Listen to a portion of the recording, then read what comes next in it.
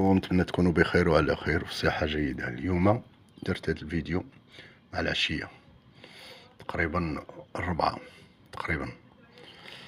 الجو غائم،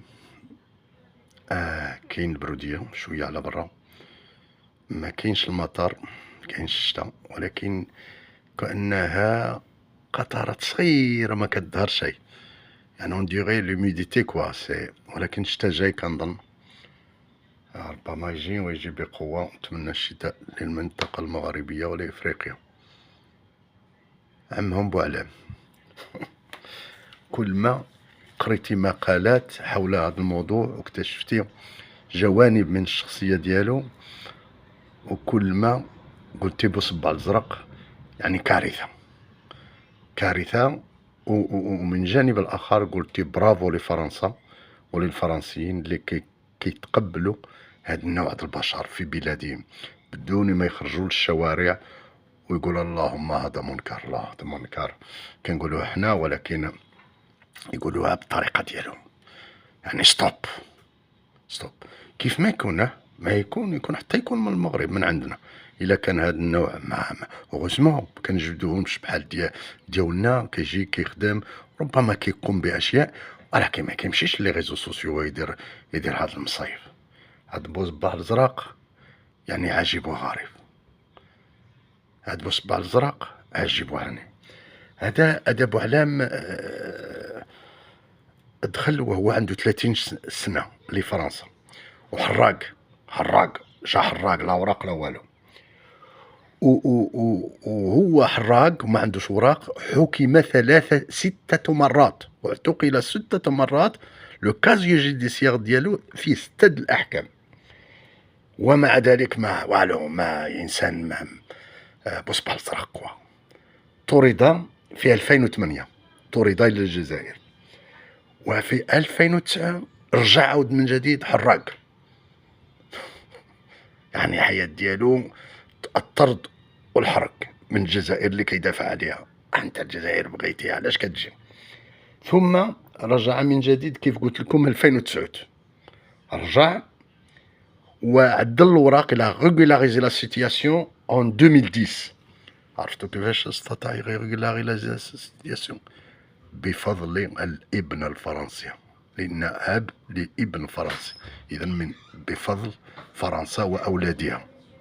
هاد فرنسا اللي كيسبها بفضل ابن غير واحد من أصل فرنسي، يعني بحكم ربما تزوج مع فرنسية وتزوج مع جزائرية لها جنسية فرنسية. هاد الولد الصغير، هاد الابن الفرنسي، اسمح لي باش يريغولاريزي لا سيتياسيون ديالو، ومع ذلك ما كيحترمش فرنسا اطلاقا، يعني نهائيا. واستمر الحب ديالو هو للعصابة الحاكمة اللي كرفصت عليه، اللي خلاتو يهجر من كذا، هو الحب.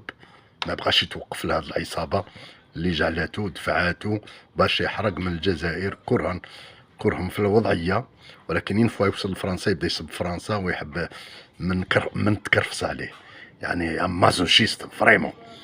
ثم طرد مرة أخرى وتزول له ذيك الابن، تزول له هذه المرة بعد طرده في 2025. تزول له الابن من يعود، يعني مكلف بالابن، شافوه أنه خطير، وأمام الوكيل اعترف أنه يتعاطى المخدرات، وأن ذيك الكلام اللي صدر منه، ذيك الكلام ديال بصبع الزرق للعنف والكلام العين لابولوجي ديال التيروريزم، جو بونس لوي اوسي كاين هذا. المهم العنف حاضر في كذا، انه بسبب تعاطيه المخدرات، وانه يحاول الخروج من تعاطي المخدرات.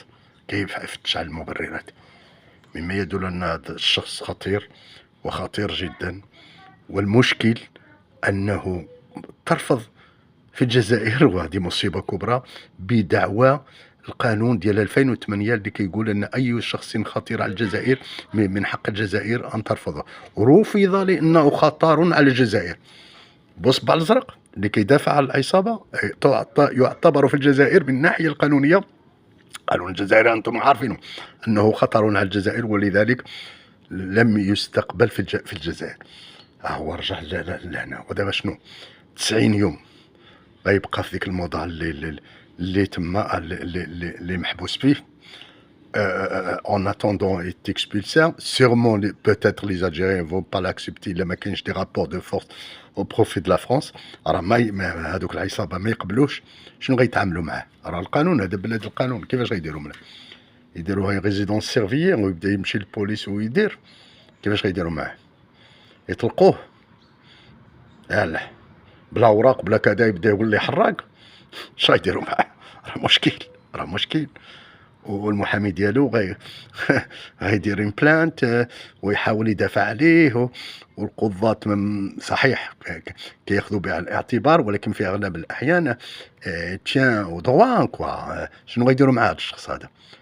والله الا ما غيروا القوانين في فرنسا ويكونوا فيه الصرامة بصبع الزرق، راه غيخلق مشاكل كبيرة وكبيرة مستقبلا في فرنسا. إلى اللقاء.